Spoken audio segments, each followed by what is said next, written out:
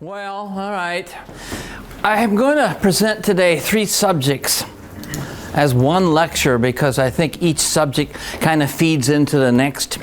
In that I know from talking with students last year, and I'm hearing it again from you, there's a lot of interest in reprocessing spent nuclear fuel. And at the same time, though, you create a new waste that requires a geologic repository. So I'll talk about the various forms of waste treatment, some of which you've probably heard, some of which might be new to you, and I think you'll find them interesting. Then the last part of my lecture will be on waste container stability. And previous lecturers have touched upon some of the things I'm going to talk about, but I want to give you a more formal and a presentation on some thoughts about waste corrosion, and ultimately, does it matter?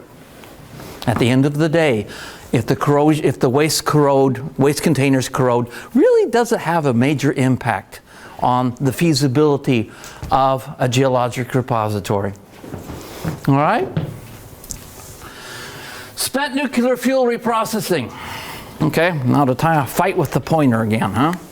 It's an alternative to the once-through cycle. That is, using the fuel once and then not doing anything more with it.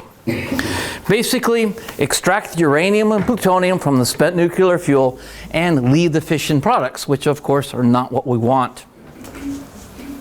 We want to blend the extracted uranium with enriched uranium, or in some cases not enriched uranium, to make mixed oxide fuel, or MOX fuel, which I'm sure a lot of you are familiar with. All right, this is not a new idea. Like I said in my first lecture yesterday, people in the United States, power plants in the United States, were expecting DOE to come take the fuel away and reprocess it. So this was an expectation in the 1970s, an expectation that was never fulfilled. This is why. What is the beginning of it? Then President Jimmy Carter in 1977 banned plutonium, or banned spent nuclear fuel reprocessing because of major concerns about the accessibility of plutonium. We were in the throes of the Cold War, and that kind of tainted the thinking of a lot of people that we just don't want to create that much accessible plutonium because of its potential use for terrorist weapons in the United States. But it didn't last very long, primarily because of the ban imposed by President Carter in 1977. However, other countries took a different direction. Large-scale reprocessing took off in the United Kingdom and France, particularly France, and other countries such as Germany and India. All right, how does it work? The plutonium-uranium solvent extraction procedure method is called Purex, and it was invented in about 1954, so it's been around a long time. But the Purex process has really become the universal choice. That just about anywhere you go, if you want to know what process they're using for reprocessing spent nuclear fuel, it's Purex. Here's the basis of the Purex process. If you've had a little bit of chemistry, it's a liquid-liquid extraction. If you know what that means, fine. If you don't worry. But the spent nuclear fuel is physically broken down. That is, we just break it down. We grind it up into bits, all right, to increase the surface area so that we can get on with dissolving it in a concentrated nitric acid solution. All right. When you dissolve it, you get a concentrated liqueur. All right, a concentrated acid with everything dissolved in it. And this contains the uranium, plutonium, and all the fission products. So the first step is just simple chemical dissolution.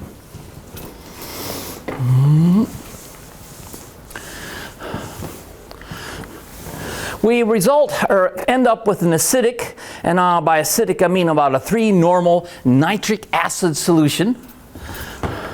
And what we do is we react that solution, or this solution with a solution containing 30% tributyl phosphate. And the tributyl phosphate is dissolved in either kerosene or dodecane for reasons that I'll explain in just a minute or two. All right. Tributyl phosphate is an organophosphorus compound with this formula here. All right, there's the phosphate compound, the moiety of the molecule.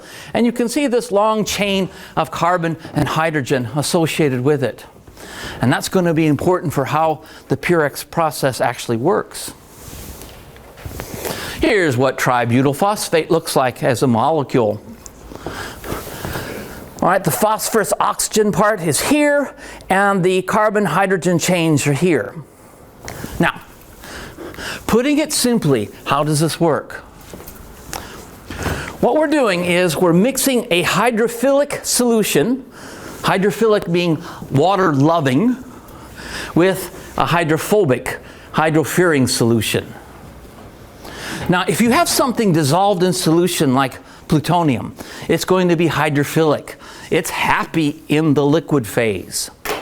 What we want to do is to transfer it from the liquid phase into the hydrophobic solution. Something it doesn't want to be, something we want to put it in a different type of phase, and this allows us to separate plutonium from the things that we don't want.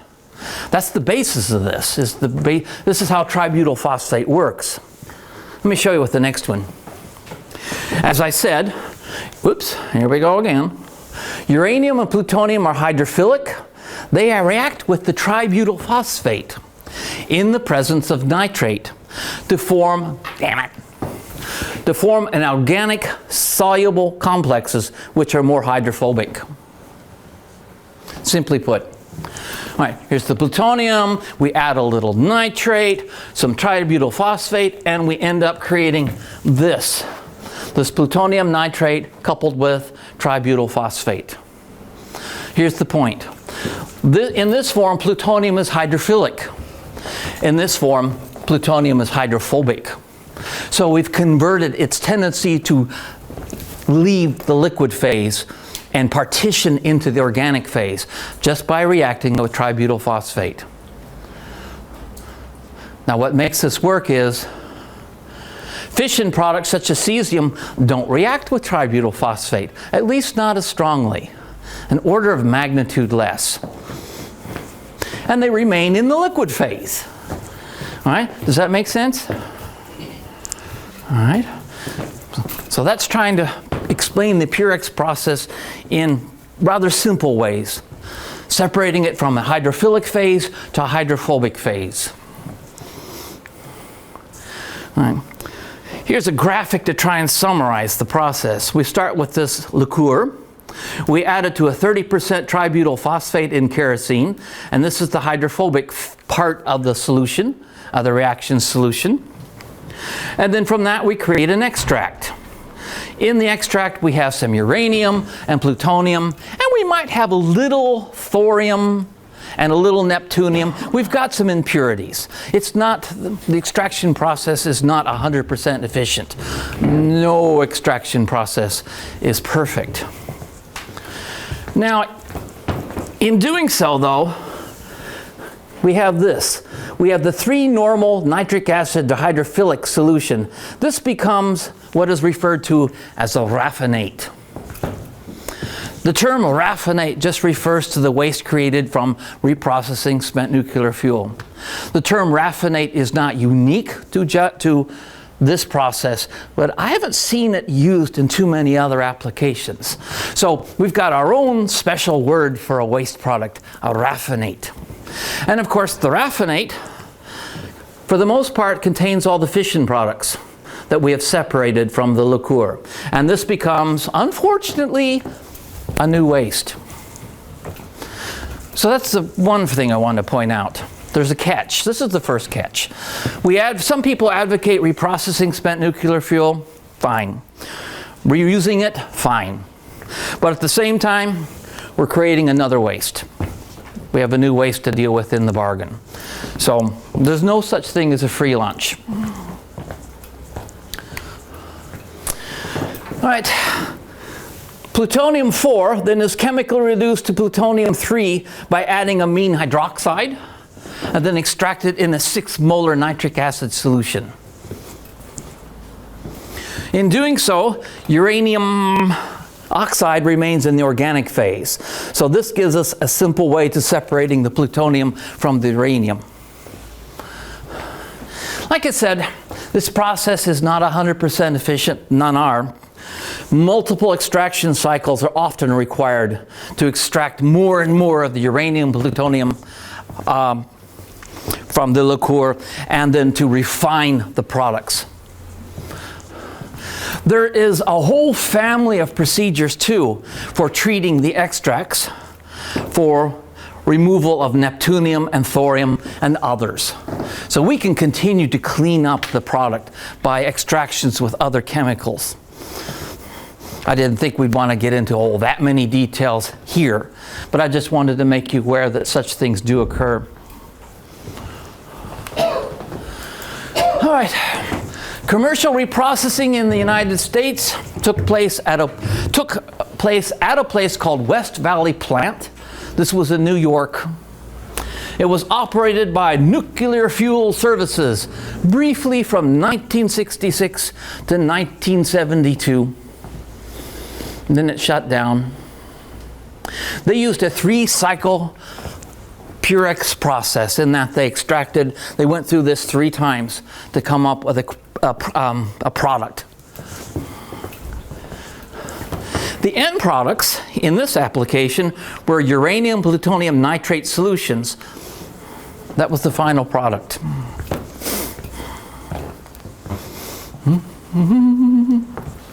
Oh, you don't get any. Yes, sir. What happened to their waste? They're still there.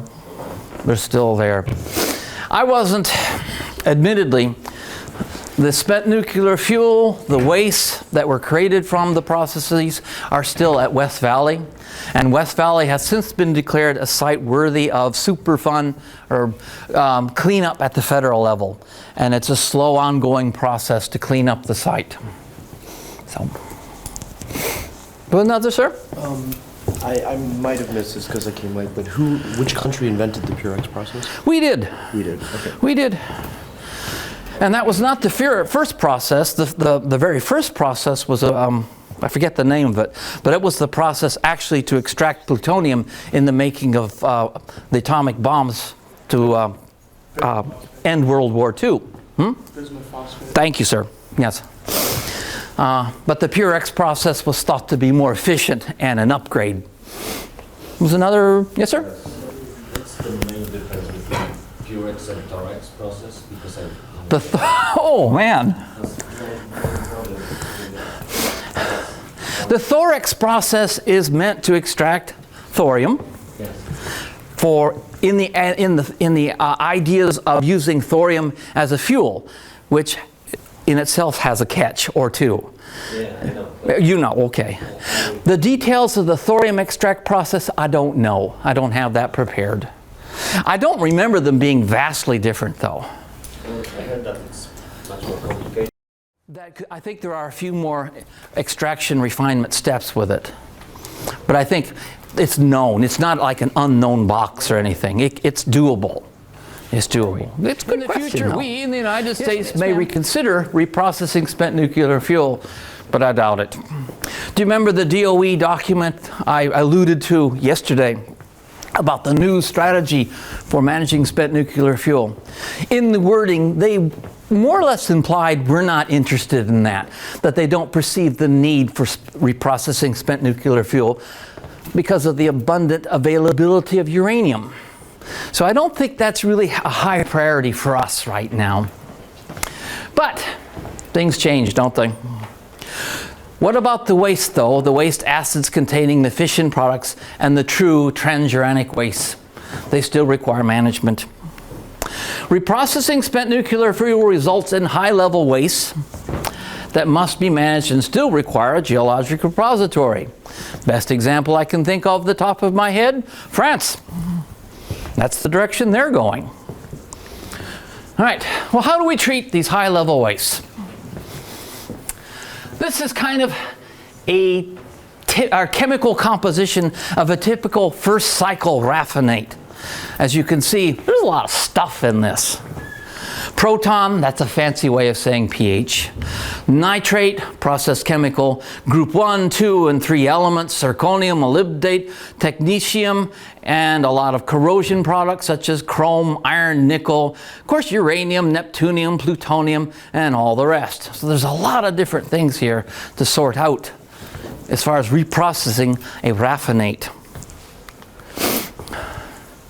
It's an interesting rule of thumb that the weight of reprocessing waste is about 1/10 the weight of spent nuclear fuel.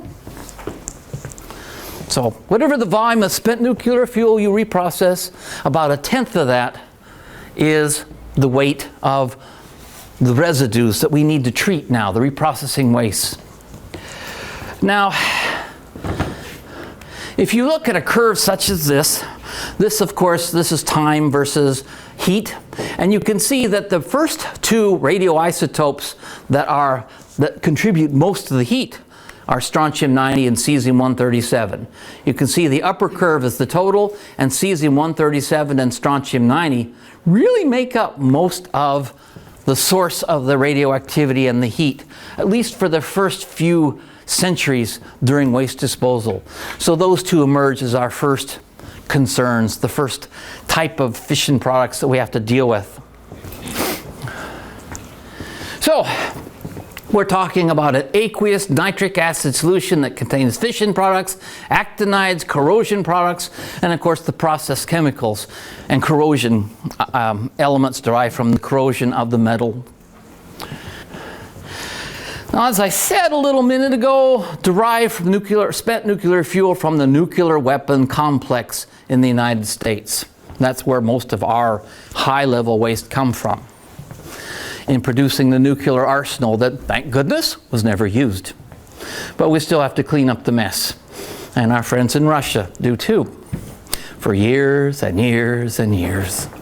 Because we do not reprocess spent nuclear fuel, the treatment of high-level waste research has not been a major priority in the United States. Although I'll talk about what we do have, but also talk about some areas of research that's being conducted in, of all places, Australia. Now, in treating the high-level liquid waste, a byproduct of reprocessing spent nuclear fuel, the first goal is to reduce the volume of the waste. Smaller volumes, less expense, less problems to deal with. We'll start with, oops, pushing the wrong button. We'll start with calcination. That is, we heat the liquid at a high enough temperature to evaporate moisture and volatile constituents. And these volatile constituents could have been derived from the chemicals added to reprocess the spent nuclear fuel. But we want to add the heat in such a way that we're not going to fuse the residue. That is, we want to keep the residue, the dried powder, in a granular form. Why? A granular form is easier to handle, and I'll show you why that is so. But basically, we want something that can flow. If we fuse it into bigger pieces, bigger chunks, then it won't flow. And that will be counter to where we're going with this. The second thing is fixation immobilization. That is adding some sort of agent or reagent to the calcinate, which is the product of calcination, to reduce the potential for leaching. Now, we've hinted at this a couple times already in this course. Anytime we're talking about a waste container coming in contact with groundwater, that's what we don't really want to envision, because then we could have the potential leaching of radionuclides from the waste container, the waste themselves, and then we contaminate groundwater. And then our geologic repository has, to some extent, failed. So we want to add just levels of insurance, and that's what we're talking about here. All right, waste stabilization as another safety factor. All right, so what could we add to the calcinate to reduce the potential for leaching of radionuclides? As far as immobilization of the calcinate, or if you prefer the high-level waste, the basic approach is to mix and isolate the calcinate with one of 5 available reagents or combinations of them. The first one being amorphous glass. The second, ceramic forming minerals. The third, glass ceramic combinations, basalt glass ceramic combinations, and lastly, cements and concretes. All are used at varying levels with success in the mobilization of the calcinate, trying to stabilize the waste against leaching. Here's kind of a visual. In this upper figure here, if you could imagine, this is the individual particles of the calcinate after we've evaporated all the liquids. If we can envelop it in an amorphous glass, like this, you can see we have tried to isolate each particle from the environment by enveloping it in amorphous glass. So now that the rate of leaching is going to be limited by the rate of the dissolution of the amorphous glass. And if we've come up with an amorphous glass that doesn't dissolve very easily or very quickly, then we're successful. Shown here, we have larger fragments here, but the same concept. All right. Probably the best and most widely understood additive is borosilicate glass. Borosilicate glass is between 70 and 91% of silica, as silica dioxide, and about 7 to 13% boron oxide, with a little sodium and a little aluminum added.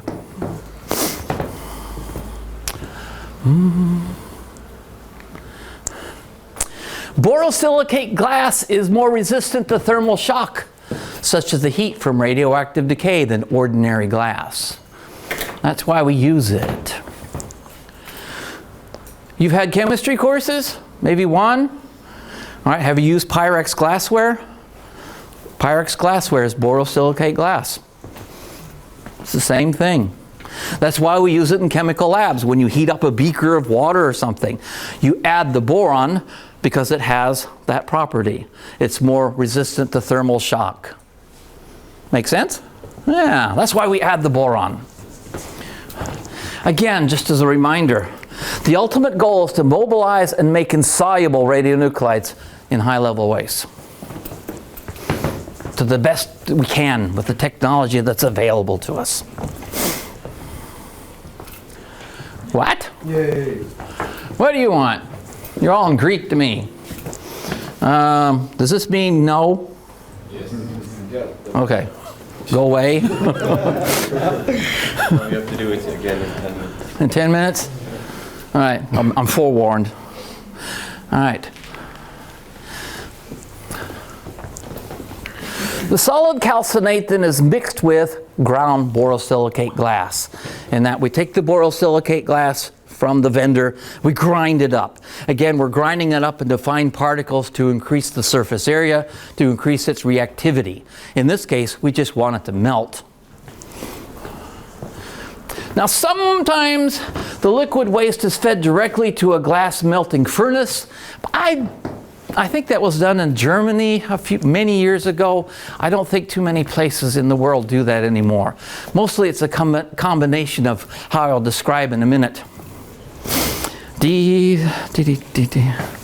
mixture is heated to about 1100 degrees Celsius, and then the molten glass is poured into a steel container and allowed to cool, such as that. That's it. So it's not a terribly complicated process. Doesn't need to be. All right. Again, just a schematic to show the outcome of the desirable outcome. This is the glass structure of amorphous glass. By amorphous, I mean like this glass pane here. It doesn't have a crystalline structure. That when we say something's amorphous, if we say point an X-ray beam at it, you're not going to get diffraction patterns, well-defined patterns, because at the molecular level, they're not arranged, they're random. Random distribution of silica and oxygen, as shown here. All right.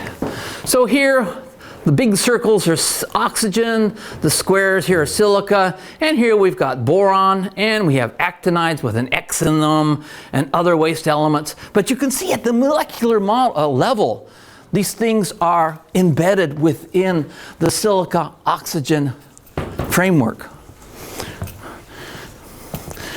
That you would think would be pretty darn insoluble, really unavailable for leaching and release into the environment.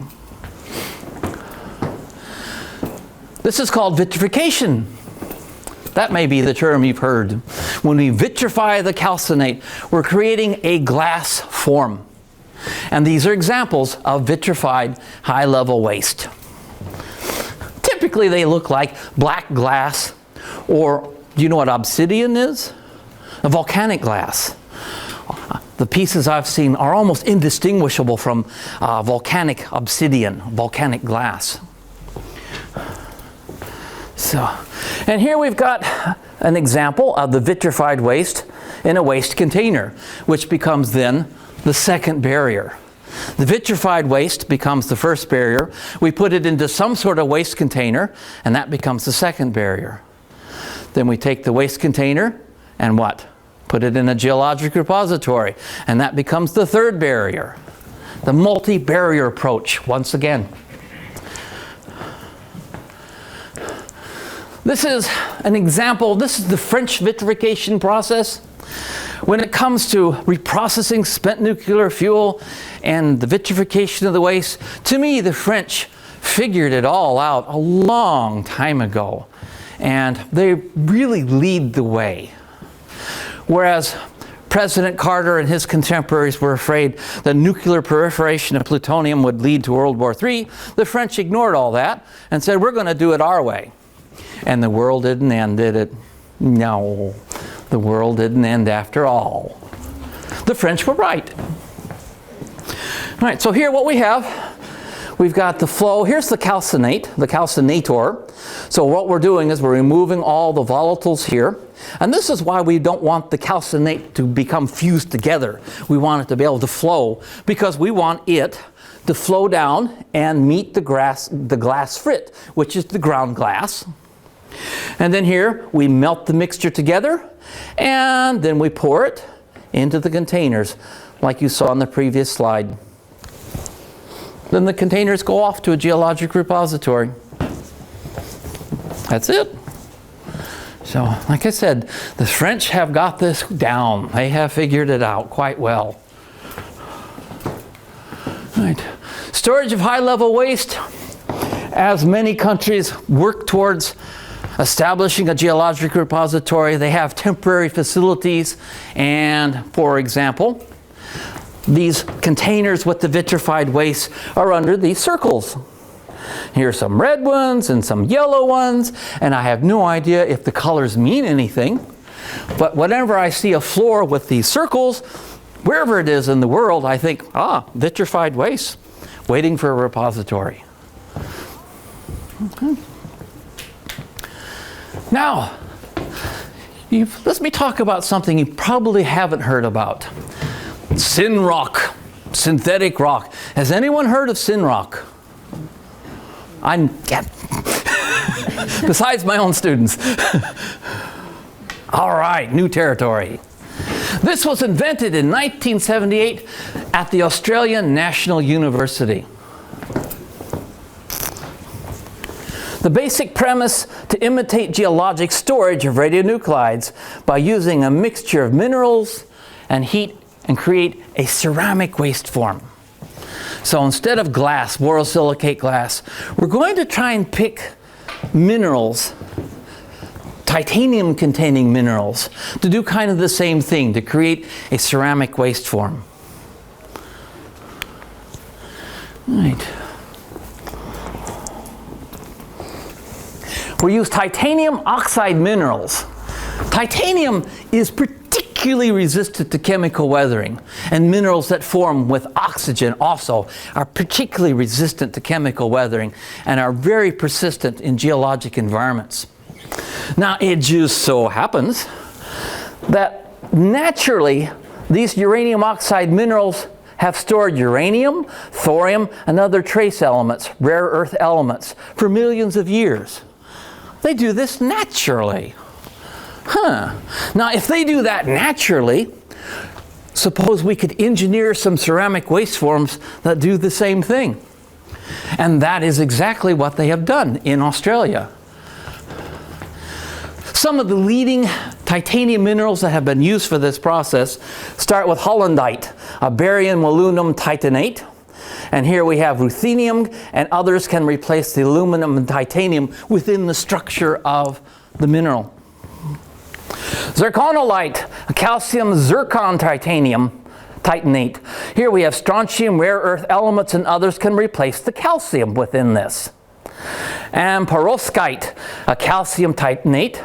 Strontium, curium, americium, plutonium, and others can replace the calcium or the titanium within the structure. Now, wouldn't that be convenient if we could replace these radionuclides and embed them in the ceramic waste form? Again, with the goal of reducing the potential for them to leach in the environment.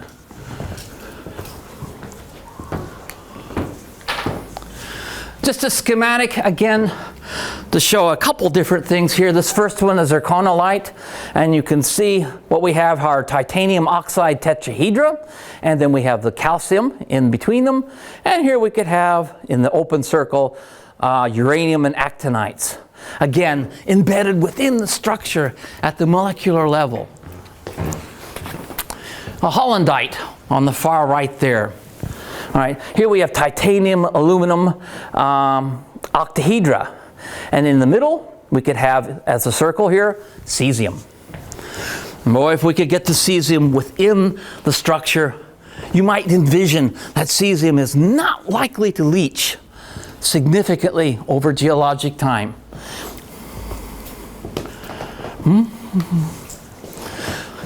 These are abstract names, so I'll show you a couple photographs of what they look like. Here's hollandite. All right. Zirconolite. Isn't that the neatest crystals?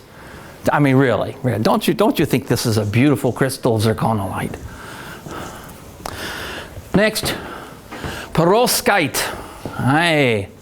Now I know what you're thinking when you look at perovskite. I thought the same thing when I looked right about there. What does that remind you of? Galena, right? That's what you were thinking. I could tell. You were thinking galena. I thought the same thing, which is, of course, lead. Here's the process.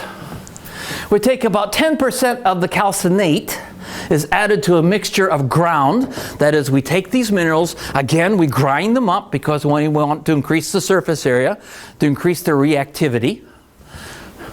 All right? And we can create ground mixture of hollandite, perovskite, and you were right. Let's see here. More than 10 minutes. All right. Yeah, 4 hours, yes. Is that an hour? Yes.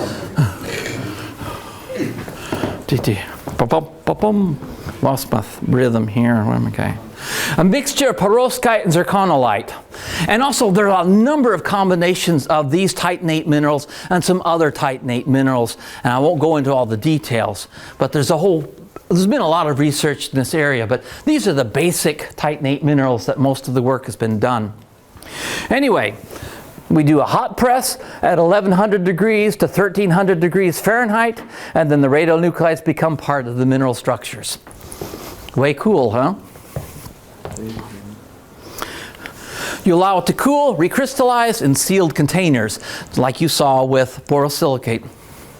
And then, lastly, and not surprisingly, the containers are then to be disposed of in a geologic repository. I hope it's sinking in that no matter what we do, we have to have a geologic repository, whether we reprocess or not. Okay? You do have that much. Good. Good, good, good. Now then, Synrock, the research with Synrock has been pioneered largely by folks in Australia. And it is being tested. It's being tested with some waste created by one of the federal facilities in the United States. But by and large, borosilicate has been adopted by most people because it's the most well-known, most trusted the technology has been worked out much, much better. But here's another new one, and this too has been pioneered by work in Australia. Pyrochlore-rich ceramics. Pyrochlore is an oxide of niobium. Weird, huh? I'd never heard of it either until I started this lecture. Sodium, calcium, niobium oxide, little hydroxide and fluoride. Now what people have done though, there's not that many of these naturally occurring pyrochlores, but they've created about 500 synthetic mixtures of them. So we've got combinations of pyrochlore structure where the composition can be written as ABXY, where A is lanthanides or actinides, those things we'd like to immobilize. And then B could be titanium, zirconium, and niobium, of course, a little tin, and so forth. And X is an anion, typically for the balance of the structure. Typically it's oxygen. Okay? All right. Now, the third part of this is the long-term stability of waste packages. Some of this we've ventured into, or previous lectures have ventured into. So let me present what I have. Like I said, I think we've agreed, as far as multiple barriers, most countries favor deep geologic burial for radioactive waste. Because once they're there, we would like to think they no longer pose a danger to human health and the environment. Now, there are a lot of different proposed designs for these multiple barriers. Now, what I'd like to pose to you is a little different perspective, perhaps, is that these barriers, each one serves as a backup for when, not if, the previous barrier fails. That's kind of where I'd like to go with this. Let's do a thought process, a thought experiment, if you will. What if the barriers fail in progression? What would be the worst thing that could happen? All right? Keep that question in mind, because that's kind of where I'm going with this. If the barriers fail, what's the worst that could happen? Specifically in like a borehole? Huh? Specifically in okay. I wasn't thinking of a borehole exactly, but I think it could be relevant to any kind of disposal scenario. Now then, most other radionuclides were spent their entire lives within the spent nuclear fuel. That's where they originated. And keep in mind that spent nuclear fuel dissolves very slowly in water. I don't remember if I put a slide in there or not. Well, Peter mentioned it, I think. The solubility of uranium is on the parts per billion, micrograms per liter level. It's just simply not very soluble in water. So if the uranium oxide is simply not very soluble in water, you can imagine that radionuclides that are intimately involved or that occur intimately within the uranium oxide, they're not going anywhere either. Whether spent nuclear fuel is reprocessed or not, waste will be placed into some sort of metal containers for disposals. Now here, you all are quite familiar with the fact that those metal containers are made of copper. All right, other countries have gone in different directions. We'll talk a little bit about that in a minute. So here's the question. Will corrosion destroy the waste package before the radionuclides decay to harmless levels? If we allow for corrosion, if we let the metal containers corrode, will their physical integrity be enough to allow for the radionuclides to decay to harmless levels? Interesting question, isn't it? Is it possible? Is it even something we could know? Overall goals of barriers. The goal of the metal containers and the multi-barrier concept is to isolate spent nuclear fuel long enough such that radioactive decay will lessen the burden placed on the next barrier after potential failure. So, kind of a worst case analysis? Perhaps so. Perhaps so. Here's an example. I took this from Canada, although it is familiar to what we have here in Sweden. All right, here's the spent nuclear fuel. Because of the insoluble nature of uranium oxide, the radionuclides within it, you could regard the spent nuclear fuel itself as the first barrier to leaching. Now around that, you have a cladding. And of course, the cladding, the zirconium, is there to keep the fuel bundles together. But it has a finite thickness, all right? You could regard that as the second barrier to prevent leaching. Then around that is some sort of metal container. Here in Sweden, we've got lots of copper canisters in the future. Like I said, other countries have chosen other different types of metals that I'll talk about. And then we've placed this into some sort of excavation. Then we backfill that excavation with bentonite clay or concrete or something. And of course, the metal container becomes the third barrier. The backfill with the bentonite becomes the fourth barrier. Then where do we pop that? We put that into a geologic repository.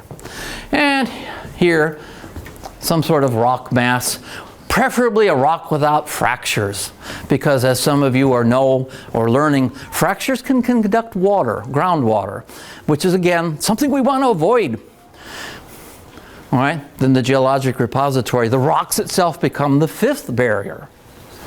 So I think a lot of people only think in terms of three barriers, but I think conceptually you can give credit for there being five barriers between having a radionuclide escape from the spent nuclear fuel and being at least, shall we say, traveling along in a fracture on its way to, I don't know, contaminated groundwater supply or potential surface water supply. But still, it has to get through these five barriers. All right? Now, where I'd like to go with this lecture is to talk about, well, what if each of those five barriers in progression fails? How bad would it be? We've talked a little bit about this bentonite clay. Sodium bentonite clay expands when wet. It will absorb as much water as water several times its dry mass, and it will swell. It's kind of an interesting material. The property of swelling on contact with water makes sodium bentonite useful as a sealant, because it will expand the volume that it can, and it will seal off the pore spaces, and it provides a self-sealing, low permeability barrier. Now this I haven't heard mentioned yet, low permeability. That is, it is impermeable to water movement. Right? That's been missed, I think, in previous lectures. Its hydraulic conductivity, its ability to conduct groundwater is very small. It's a very small number. Well, that's a good thing, because we want to keep the groundwater from getting anywhere near the waste container to eliminate any potential for corrosion. So that's another benefit of the bentonite that I think has been missed in at least the lectures I've heard. Talk about metal corrosion. All right, the main concern with metal corrosion is in contact with groundwater will corrode the metal containers, depending on one, the dissolved oxygen content. Basically, corrosion is disintegration of metal from chemical reactions, a loss of electrons when it reacts with water and dissolved oxygen. That is, oxygen dissolved in the water, or atmospheric oxygen if we have any available. So when we're talking about metal corrosion, we're talking about having metals that are transformed into oxides and other compounds, such as chlorides and carbonates and other things. But not the neutral metal that we don't, we would prefer that the metal container, the form it would stay in.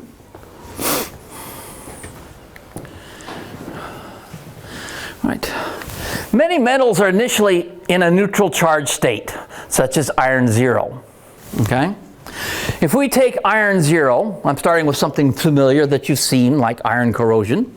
We add to that some oxygen, some water, then we can get iron 3, an hydroxide, and then iron hydroxide. And the arrow pointing down means a precipitate. All right? Iron hydroxide precipitate. Now here's that same reaction written in a little more details. Here we have iron, neutral iron. Add some oxygen, some water. Then what we've had here, we've got 12 electrons have been removed from 4 iron plus 3. And then they've been gained by the hydroxide. So we have to have some transfer. We have to have an electron donor and an electron acceptor for oxidation to occur. And when you've got oxygen, water, no problem. You've got these electron acceptors, which would promote oxidation. Another way of writing the reaction here, 12 hydroxide, or finishing the reaction, the formation of iron hydroxide, or you could have other forms of iron hydroxides here, leading to rust. Rust. If we put this on a thermodynamic basis, all right, we'll get Chris's favorite diagrams, an EH-pH diagram. All right. The lower part of an EH diagram refers to water that's typically chemically reduced, that is, poor in oxygen, such as groundwater. Groundwater, you would suspect, is as far from the atmosphere as you can imagine, so it would contain less and less and less dissolved oxygen. And from the desirability of avoiding corrosion, that would be a good thing. In the upper part of the diagram, we're into more oxidizing conditions. And this could be like surface water, snow, precipitation, whatever. Something that's closer or intimately in contact with the atmosphere, and then is probably in equilibrium with atmospheric oxygen. Our rust, in most cases, is right about in here. And this is the stability of hematite, which is an iron hydroxide, which would be the most thermodynamically stable form of iron hydroxide as a mineral. But before we get hematite, we can get things like that iron hydroxide. And in the corners here are a few exotics like magnetite, which is only stable in very reduced and very alkaline conditions. And that's probably all we need from this. Now here's another form of rust that you might have seen and not realize what it is. In your travels, have you ever looked at the guardrails along highways? You might have seen this. This is called white rust. We start with neutral zinc, and we'll add a little water and a little oxygen. Then we'll get zinc 2, some hydroxide, and then we'll precipitate zinc hydroxide, which then can dehydrate, become dry, lose its water, and become zinc oxide, which is referred to as white rust. All right? See that on guardrails? Yeah. Yeah. That's called white rust, which the highway department doesn't want to see, because eventually it can lead to the structural failure of the beam and the guards. Here's an EH-pH diagram of zinc. Its chemistry is not all that complicated. Zinc plus 2 is the most stable form in solution over a wide range of pH, followed by zinc hydroxides and other forms of oxygenated zincs. But largely at a pH of 7, zinc plus 2 would be the most stable form in solution.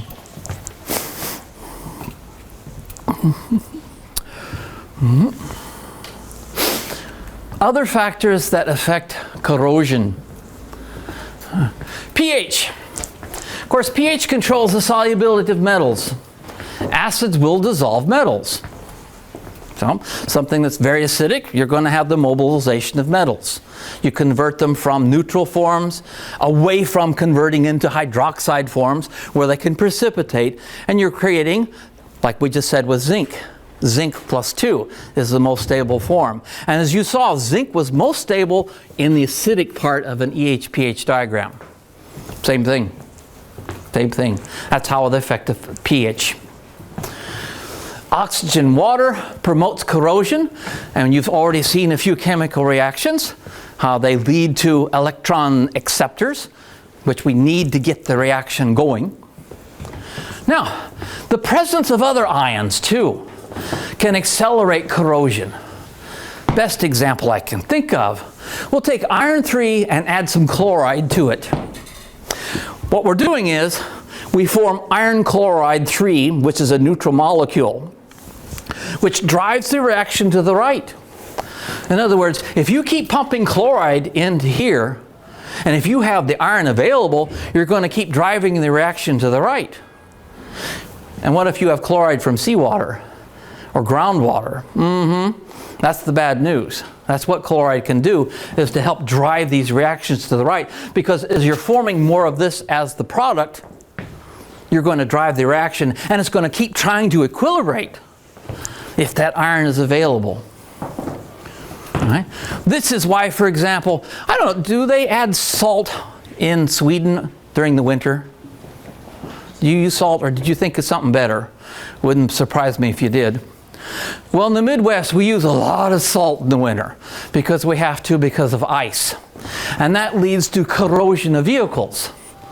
And that's part of the problem. And because we add so much road salt, then we drive this reaction to the right, and this leads to the corrosion of the metal parts associated with the carriage, the under part of the vehicle. So we have to have rust proofing just because we salt our roads. And it's all because of this reaction here.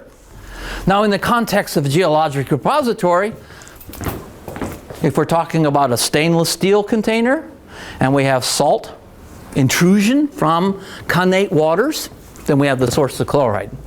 So that's the red flag. It's been 1 hour, sir. Did you want to take a break? Back to factors that affect corrosion. The last one on this slide is the water flow rate, which maybe is something most people would never think of. That the greater the flow of the moving water, the greater the mass removed by corrosion. All right. And, okay, guess I took that slide out. All right. Now, after closure, most of the oxygen that was entrapped within during the operation of a geologic repository will probably be consumed by chemical reactions. And sulfide then may become the primary corrosive agent.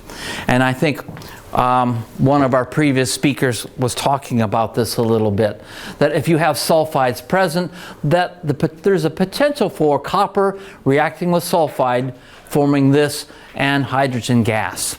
That this is an actual, this could be a potential concern, is reacting with sulfides once the oxygen has been depleted. Sulfides from the dissolution of sulfide minerals, such as pyrite, which in English is sometimes referred to as fool's gold, but it's an iron sulfide. And this could be in the buffer and also from microbial reduction of sulfide ions dissolved in whatever groundwater is available. So we do have these potential sources of sulfide that could become a corrosive agent for copper. Oh, types of corrosion. This was what the slide I was looking for, as a function of water flow. In the context of the physical structure of a lot of waste containers, the term you'll hear most often is pitting. That you have these formation of the pits from corrosion, and the pits will slowly make their way into the matrix of the metal. Here, is erosion where you've got flow. And you can see these kind of scallops. Now, I don't know, anybody fish? All right, if you stand on, if you're fishing, if you're looking. I eat fishes. Good. That sometimes if you, on a curve, a bend, a river bend, where the water is moving most quickly, and you'll look down into the sand or the sediments, and you'll see scallops like this. That's kind of the same phenomena because that's where the water is moving the fastest and is removing the sediments or the sand and sending it downstream. The same thing here as a type of corrosion. And then this is just uniform corrosion. You don't see this very often, but just the uniform removal of metal and crevice corrosion. This occurs where you've got a contact between two metals, say one metal's welded to the other, and you've got corrosion of one that's undermining this one, and eventually the two will separate. And of course, this is not a good thing.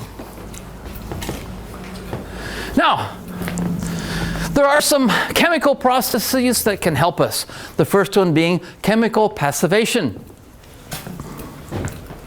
Chemical passivation is the formation of a thin, non-reactive surface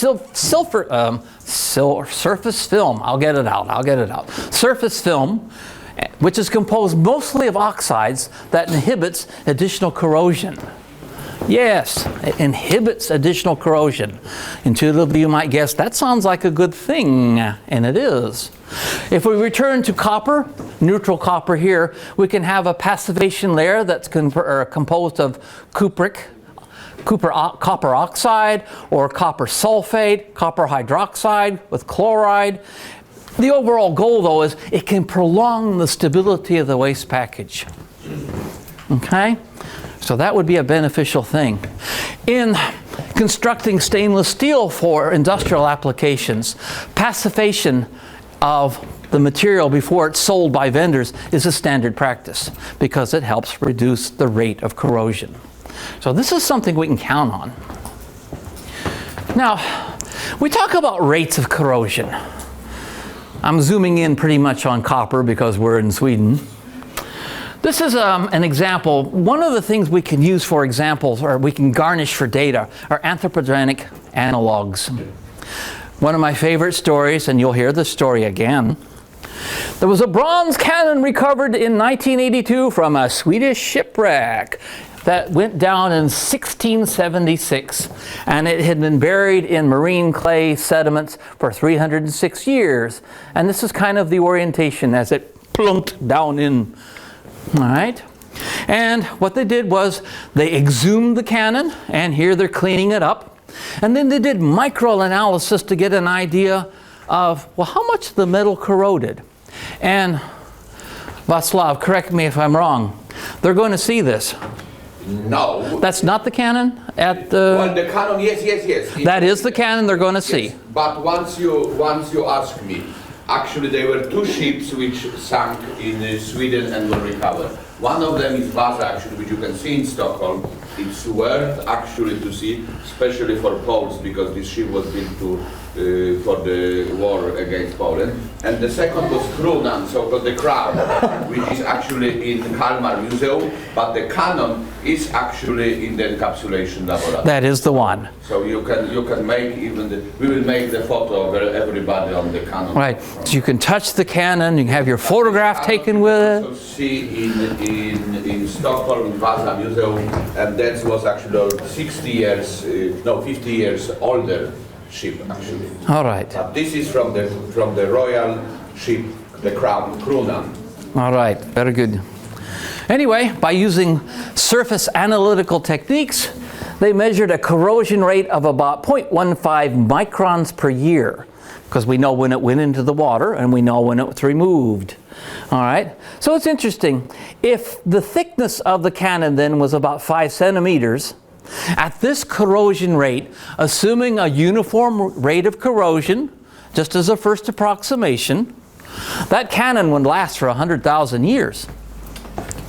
100,000 years before it would corrode all the way through, assuming, like I said, as a first approximation, a uniform rate of corrosion. If we look at other anthropological analogs that have been collected, for example, a bronze chisel from Argentina was they figured out it was 800 years old. The rate of corrosion there was about 1 micron per year. Sir? What techniques exactly did they use in order to figure out how old it was? I would guess scanning electron microscopy myself. Okay. But I'm not sure. There is a whole family of surface analytical techniques, some of which I've used, some of which I've only read about. Okay. But it's not a tough one. It's not a difficult question. All right. A bronze plate, estimated to be 550 years old, yielded about 0.76 micron per year. A copper zinc bell was 1,000 years old, about 0.2 micron per year. Various bronze relics that were found in tombs in China, about 3,000 years, yielded about 0.25 micron per year. So these anthropological analogs give us an idea of longevity of things that are basically containing copper, or at least copper is part of the component. This is kind of useful information. In general, a reference given here, iron and steel archaeological artifacts yield between 0.1 and 10 microns per year. So that gives us kind of a ballpark here as far as the rate of corrosion. Now, as we've said just a few minutes ago, greater rate steels in aerated, that is oxidizing environments, of course would oxidize faster, but we've covered that. Corrosion depths, 2 centimeters in less than 10,000 years was deemed by these folks as not very likely. So we're not talking about great depths by pitting or any other mode of corrosion that we've talked about. Now,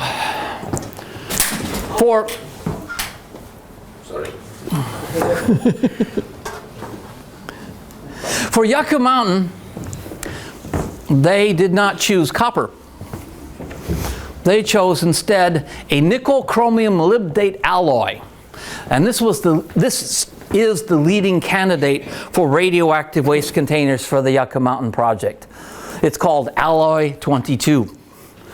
Right? It is 22% chrome, 13% manganese, 3% tungsten, 3% iron, and the rest is made up of nickel. So we're not talking copper here. Now, in order to mimic long-term exposure to corrosive elements or environments, various short-term tests have been developed that have used all kinds of really aggressive acids and chlorides and elevated temperatures. I think one of our previous speakers mentioned that it's kind of difficult when you're trying to measure something in the laboratory and you're trying to mimic geologic time. All right. So in this case, what we do is we use really aggressive acids, we use really hot temperatures, in that we're trying to use that as a surrogate for time. Now, whether that's a fair thing to do, a valid thing to do, it's impossible to say. It's just, this is all that's available to us to come up with numbers, to try and at least mimic in a first order geologic time. But this is what we're doing now. Now, I won't go through all those exams and the tests and results and so forth, but I'll just generalize here that for Yucca Mountain, using something called the Total System Performance Assessment, which was one of many really thick documents that were generated over the years, a constant general corrosion rate of 10 to the minus 5th centimeter per year has been used to assess the outer container of Alloy 22. This rate is based on long-term persistence of a passive film. So they gave credit for a passive film from passivation. All right. Now, I want to interrupt myself for a second here. One of the things I want to learn this year is there an accepted corrosion rate for the copper canisters?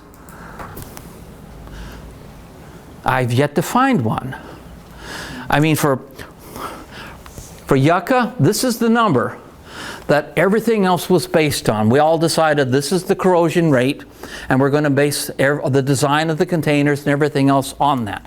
But I've yet to see one for Sweden, for the copper canisters. No? Okay. I'll ask some of our other speakers too. I haven't found a number. Anyway, let's do a thought experiment using that number. Kind of leads to some other material. Remember, the premise of this lecture is, will the containers have structural integrity long enough such that the radionuclides decay to harmless levels? Here's a thought experiment. Let's start with that rate, 10 to the minus 5th centimeter per year. Assume instantaneous arrival of groundwater. That is, you put the waste container in the repository. You're assuming that groundwater instantaneously comes back. All right, unrealistic, but we'll get to that. Let's assume, for the sake of the calculation, that we have a 12 centimeter thick waste package consumed or composed of alloy 22. We'll go forward in time. After 100 years, all right, starting with americium 241. All right, after about 100 years, that's about 0.2 of one half-life, and 14% of it has decayed away. At the same time, about 0.01% of the waste container is corroded, assuming, again, uniform corrosion that starts instantaneously with the arrival of groundwater. We go forward in time, and here we have one half-life, and the half-life here, 432 years of americium 241. Not surprisingly, 50% decayed. Now the structural container, though, 0.04%. Still a really insignificant number. Let's go forward 5 half-lives.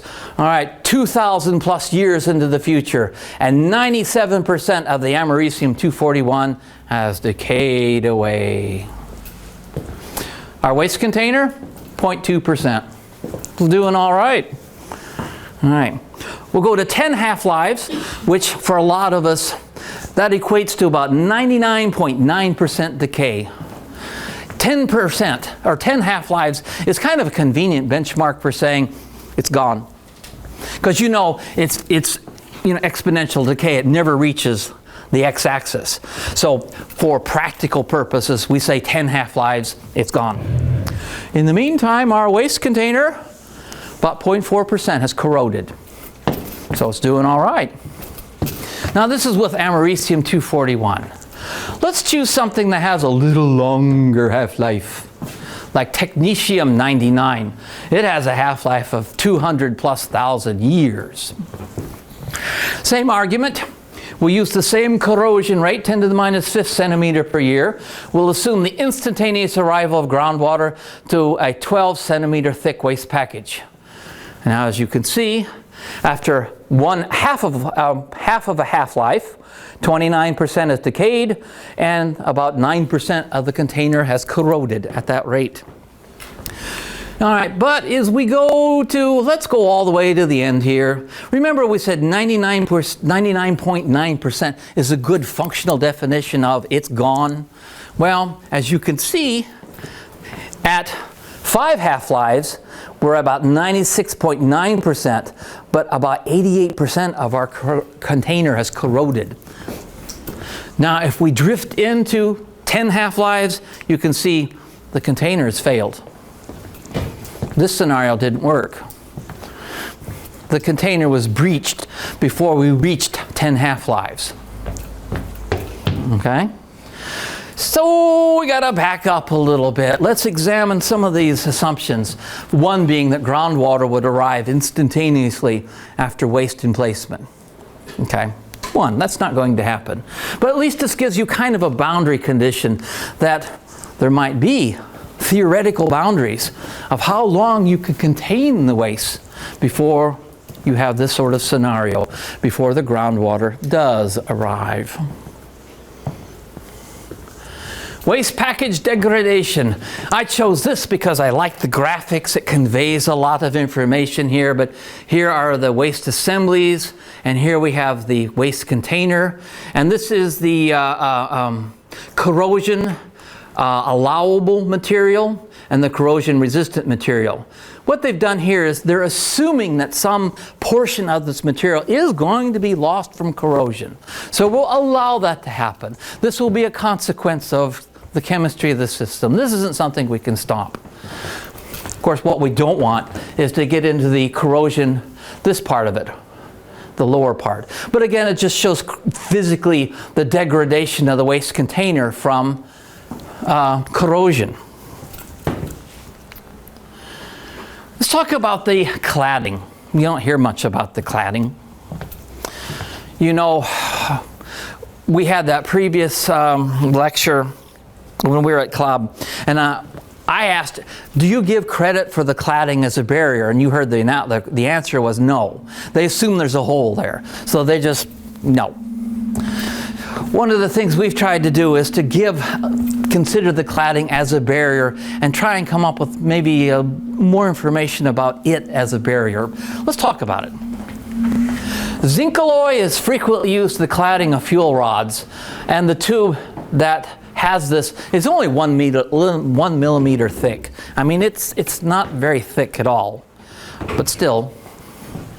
Zirconium has a very small absorption cross-section for thermal neutrons, which is one of the reasons why you use it. It's not reactive. It also has a really high melting point, so we can dismiss that as a potential problem. Also, zirconium is resistant to corrosion in sulfuric acid, nitric acid, and hydrochloric acid. Again, those acids we use to do these aggressive corrosion tests as kind of a rough surrogate for geologic time. So zirconium is resistant to those, doesn't break down. And lastly, zirconium is only sparingly soluble in water. The solubility is about 5 microgram per liter in a solution of, in a solution of lithium hydroxide at an elevated temperature. From a reference I found. That elevated temperature could be the decay heat from the waste container. So zirconium isn't very soluble in the water, should the groundwater eventually reach it anyway. Zircaloy 2 is a popular mixture of metals that's used for a lot of cladding, at least in the United States. And it's about 98% zirconium, a little tin, chrome, iron, and a little nickel, and a little hafnium thrown in. This combination is found to be rather resistant to corrosion. And also, zircaloy reacts with oxygen to form a passivation layer of zirconium oxide, which I hope by now you've learned that's a good thing. We like to see those passivation layers. So I think you can argue that the cladding should be given some sort of credit as a barrier. In my trials and tribulations, though, finding corrosion rates for the zircaloy for the cladding, I haven't found a lot of recent information. I found some old stuff from the 80s, but nothing. That's kind of why I was asking those questions. I was wondering if KB, if they had done any recent work and published it, but no. Anyway, I wanted to include this because, again, it shows a number of things. Here's the zircaloy cladding, and it shows a gap between that. It's just a little exaggerated, I think, but here is the uranium itself. And this also shows grain boundaries. Grain within the uranium oxide. And one of our previous speakers had mentioned that these grain boundaries were formed as the material is heated up during its normal operation in a reactor.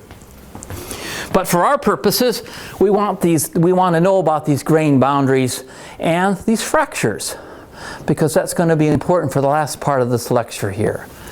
And I think that's all I need from that. All right, let's go back to this question. After the failure of all the barriers, all right, starting with the corrosion and dissolution of spent nuclear fuel by the groundwater. All right, as I've alluded to already, the ultimate dispersion of fission and activation products and actinides in the spent fuel first requires that they must be leached from the exposed fuel pellets. then transported from the disposal site by moving groundwater. So those are the first few requirements we'd need before we'd really become too concerned here. Now, as I said, groundwater reaches the fuel. Then what? Recall that spent fuel is basically uranium oxide. And, I do have numbers. Under reducing condition oxygen poor, which I think we can fairly anticipate would be fairly representative of most groundwater in a geologic repository. And under pH neutral water, the solubility of uranium oxide is about 0.8 microgram per liter. 0.8 parts per billion. It ain't very soluble. Now, in the presence of oxygen, we have a different chemistry. We can have the oxygen here, this form of oxygen, converting to this form in solution. But in the absence of oxygen, that won't happen. It shouldn't happen. Here's what we're talking about. Again, an EH-pH diagram. We're talking reduced groundwater, close to the stability line of water. You can see the most stable form of uranium, S, solid. Uranium oxide solid. It wants, thermodynamically speaking, it wants to stay a solid phase. It doesn't want to dissolve. It's happy this way. And we're happy, it's happy. I have one question. Sure. As a comparison, how much uranium do you find in a standard ore where you extract uranium? Oh my, that's a whole different question. Ore is an economic definition. When you say something is an ore, you're saying there's enough uranium there for it to be economically mined and brought to the ground so that the people doing so will make a profit. And that varies from place to place and depending on the market for uranium. But an ore can be about 0.1% or greater. There are some ores in Canada, I think the best one I know about is like 19%. 19% uranium oxide. But typically ores are 0.1% before they're at least economical to mine. So there's not, like I said, it's an economical question. Does that help? Yeah. Okay, great. All right. But will the radionuclides leach into groundwater? All right, based on geochemical principles and limited observations, and I'm referring to a geochemist by the name of Wiles, and he was in Canada. And I'm borrowing from his book, and he summed it up by saying, radionuclides produced by neutron capture in the zircaloy cladding will presumably be incorporated within the oxide layer. Okay. Not an unreasonable expectation. Radionuclides having an ionic radius plus or minus 15% of uranium-4 will remain in the crystal structure as a solid solution. In chemistry, when we say a solid solution, this refers to a homogeneous crystalline solid. They cannot leach and migrate until the fuel itself dissolves. That's good news. For example, if we look at a uranium oxide structure here, those that have the same ionic radius, plus or minus 15%, include things like americium, plutonium, zirconium, curium, and on and on. All right? They'd be quite happy to reside within the uranium oxide structure. And we'd be happy that they would. Again, this would be good news. Now, non-volatile radionuclides like technetium, palladium, and ruthenium do not form solid solutions with uranium because the ionic radius of these are different, too dissimilar to be compatible with that idea. But they can form what are referred to as microphases at the grain boundaries, which is why I wanted to show you that one slide. In that we've got these grain boundaries within the structure of the fuel? Well, we can have the formation of these microphases within the boundaries. Now, if they're within the boundaries, you can guess they're still not going to be readily accessible to groundwater. So they're still trapped within the lattice. And I think I said a little earlier, during the operation of a reactor, ceramic pellets develop cracks in grain boundaries, and the cladding holds the fuel bundle together. How many of these radionuclides can be soluted in this? I'm sorry? How many of these radionuclides can be soluted as a solid solution? Because you said that well, like I said, it would be those that the ionic radius is plus or minus about 50. How many of these? I don't know a number. 10? 20? I'd have to do a little research. 10%? So what? Oh. I don't know. Only 10% is soluted in a solid solution, so what's the rest? I can't give you numbers. I'd have to do a little homework. I don't know. All right. Gas phase radionuclides, krypton, xenon, chlorine, and iodine can diffuse from spent fuel and accumulate in the grain boundaries, cracks, and the gaps between the fuel and the cladding, which I showed you in that diagram, which kind of exaggerated that gap. But that would be a place for volatile gases to accumulate. This next one, this was introduced by the previous speaker, and this is why she got my attention right then and there, the instant release group. I thought it was a Canadian concept. I'm beginning to think maybe not, that it's more universal than that, at least maybe now. But those radionuclides that are predicted to be readily leachable when groundwater is in contact with the exposed fuel. All right, so these are others. According to Wiles, those figures that are shaded here in gray are considered part of the elements of the instant release group. And you can see we've got a few like antimony, technetium, strontium, cesium, and others. Let me go to the next graphic though. Now this is what I was saying. I had read that experimentally 8 to 10% of each member of the instant release group may be released in the groundwater. And this is what I was trying to ask that one speaker was, do you have any data? Because I'd like to know more. Where do the 8 to 10% come from? And do we have better data than that? So that's where I was coming from. But specifically, the group consists of things like carbon, chloride, argon, potassium, selenium, strontium, technetium, iodide, and others, cesium. There's quite a few that appear to be candidates for the instant release group. And that's why I was encouraged to hear that SKB was doing research to try and generate more results on how important is the instant release group. Now, let's back up a bit though. Do you remember in our mental exercise we thought we assumed that the groundwater would return instantaneously? Well, it doesn't work that way. Let's think of it this way.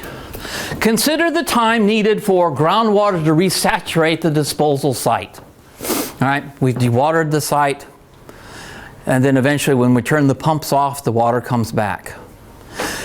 Just as an aside, I was reading, that's one of the controversies here in Sweden, is how quickly will the disposal site at Forsmark, how quickly will the groundwater come back? How quickly will it take for it to become resaturated with the groundwater?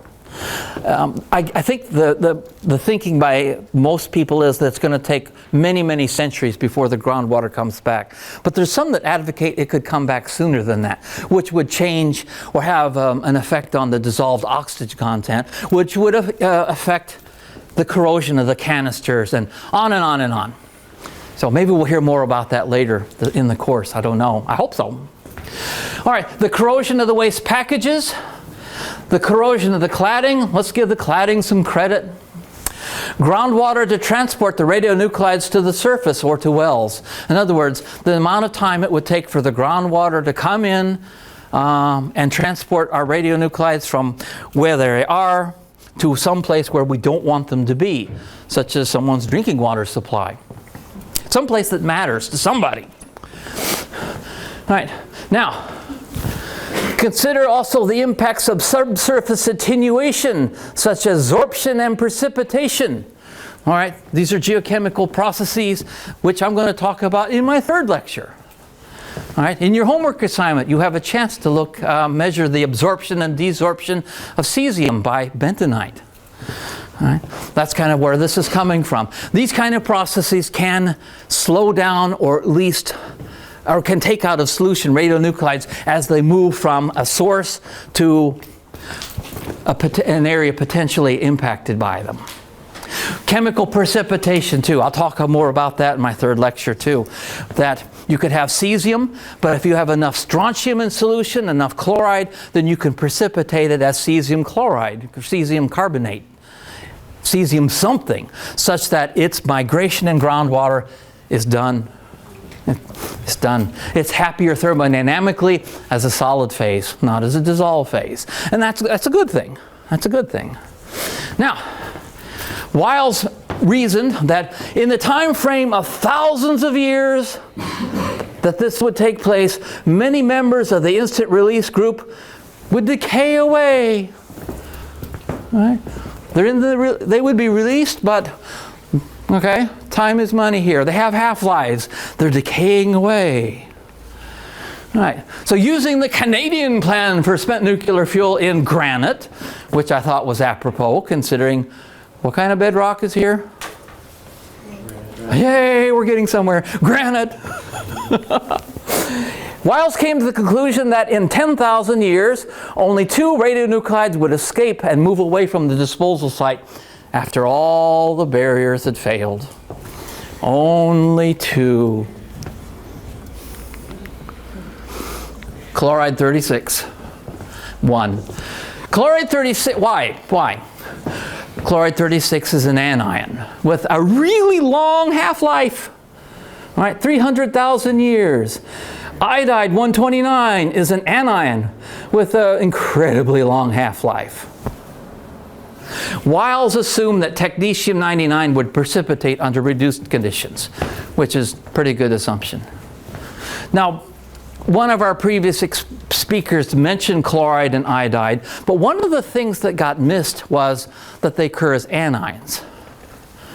Now, why this is important is in most geologic media, they have an excess positive charge because of substitution and defects within the lattice of clay minerals. Or a negative charge, excuse me. Such that cations, as they migrate through groundwater, they're absorbed, like the cesium in your homework assignment. Most of the world, they're negative charges at the surfaces. These are anions. They're not going to be absorbed. That's why they're mobile. That's one reason why these guys would emerge. The other being, both of these do not form solid phases readily. Right? Like chloride. What's a solid phase with chloride? Sodium chloride. Well, how soluble is salt? Pretty darn soluble. Same thing with iodide. These things don't form solid phases. So they're mobile because they're anions. They're mobile because they're extremely soluble in aqueous solution. Add to that really long half-lives. Make sense? That's why we propose that after all the barriers of a geologic repository have failed, these are the only 2 anions you would see. So imagine at Forsmark, in the distant future, I don't know if our civilization is still here, all the barriers are gone, all the copper canisters gone, everything. Only chloride 36 and iodide 29 might be detected off-site. Do you believe it? I think it's an interesting way of answering the question. If all the barriers failed, what's the worst that could happen? 2 anions with long half-lives. Is that truly the worst that could be?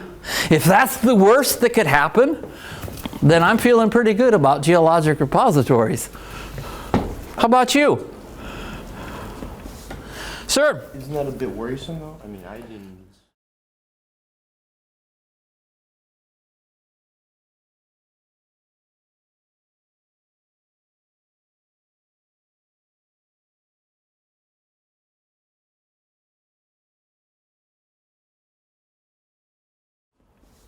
Sir? Isn't that a bit worrisome though? I mean, iodine is very lethal. Isn't that to imply that it's not really something? Well, we don't know what concentrations are going to arrive. This is all theory. Okay.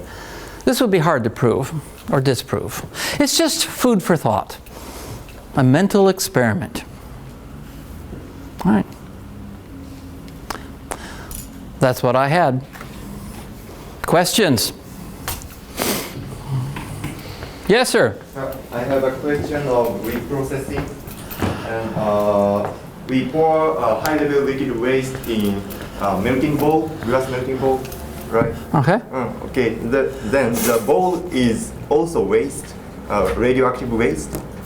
The bowl will be treated, will be dealt with as radioactive waste after process. Do you mean the container? Yeah. The container. I don't know. I imagine you have nothing else, the opportunity for the formation of activation products, but I could see that being handled as a low-level waste. Not really a major concern. That would be my guess off the top of my head. And I have a relative question. We pour glass at 1000 Celsius degree. So then I think there is a radioactive gas at high temperature, like. I don't know if I emphasize that, but yeah, during the calcination, they've got a lot of mechanisms to trap the gases. Anything that's in addition to the volatile chemicals, the water vapor, any kind of radioactive gases, those are all captured. They're not released to the atmosphere. No, those are captured. Then it also be treated as nuclear waste. Probably at best low level. They probably just be low level waste. So dilute and I don't know if even that would be necessary. I don't know. Yeah. All right.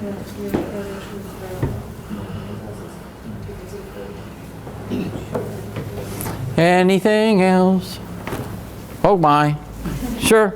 What do you think is the biggest challenge concerning the corrosion of these canisters and all the barriers? I mean, the same question back to you. Is there a bigger challenge than that? Or You mean with the copper barrier, or? yeah, no, just with the corrosion issue. From the presentation, it seems like everything, all the indications are pretty good.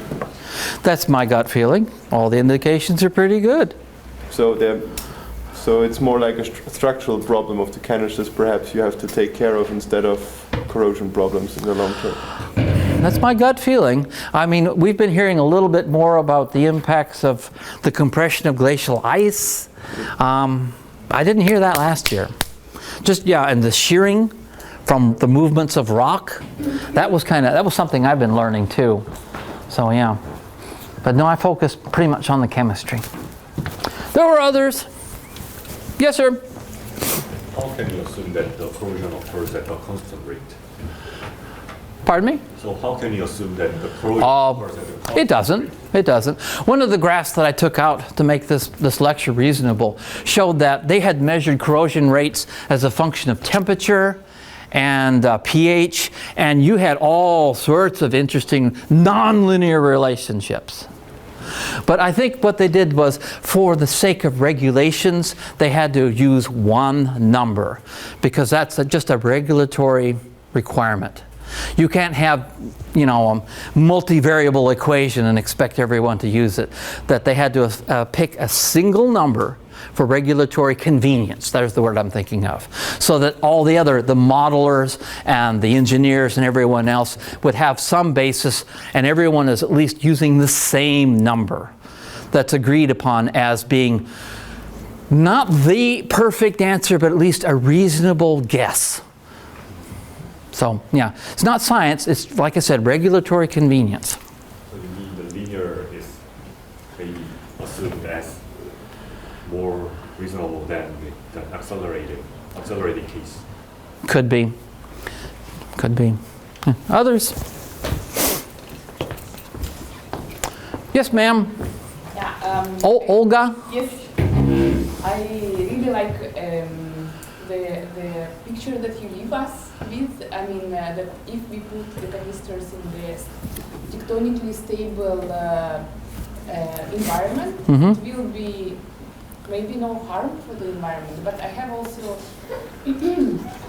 more tragic scenario in my mind. For instance, if we put the canisters in the tectonic zone that is undergone earthquakes. Oh yeah. And Well, that's a different question. That goes into siting. yeah. That, in the process of siting a repository, anything that you'd have an area that's tectonically seismic activity, I'd say off the list.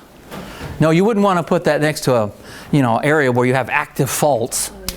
And certainly, at least my preference is, you wouldn't want to put a repository in the oxygenated, the aerated part of the environment, which was one of the accusations, one of the potential problems of Yucca Mountain, Exactly. was that it wasn't really that chemically reduced. And that was a shortcoming of the site. That there was a little concern that there could be more residual oxygen there than, say, we're anticipating in the scenario here in Sweden or Finland or Canada. Yeah, exactly. Because then, if we have this, we can also have very aggressive chemical solutions that is not lying in these thermodynamics that you show, that can dissolve also quartz, silica, and so on. Okay, yeah. Yeah. Well, the bell has rang. Do you like the church bell? Wait till there's a wedding. It'll go on and on and on. I'm done, sir. Okay. I have a question. Yes. One more. I would like to ask about solid solution. We spent nuclear fuel. We can reprocess to MOX. Yeah. And you've said that in uranium oxide there are soluted some radionuclides. Yeah. So what? Radionuclides from the Radionuclides, yes. radionuclides. So how can we separate them if they're soluted in a solid solution and we want to reprocess the spent nuclear fuel to MOXes? If I understand you, and I'm not sure I do, one of the slides I took out to make this reasonable was there is a whole family of procedures used to separate and refine the products, to separate the uranium from the plutonium and the plutonium from the curium and everything else. And some of them are at various stages. I know, for example, there's some in Russia that I was reading about, that they're experimenting with different ways of separating them. So. Okay. So there are some ways to separate this. Absolutely, yeah. How efficient they are, how expensive, how effective, I don't know. And how much secondary waste they generate.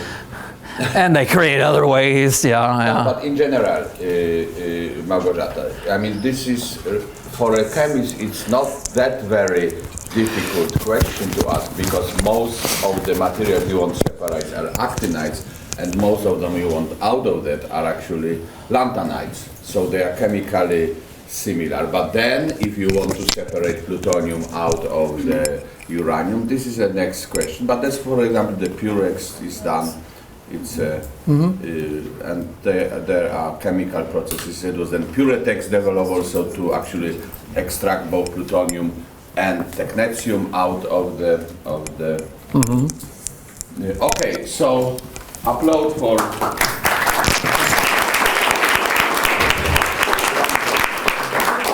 We take 10-minute break and we come for the next.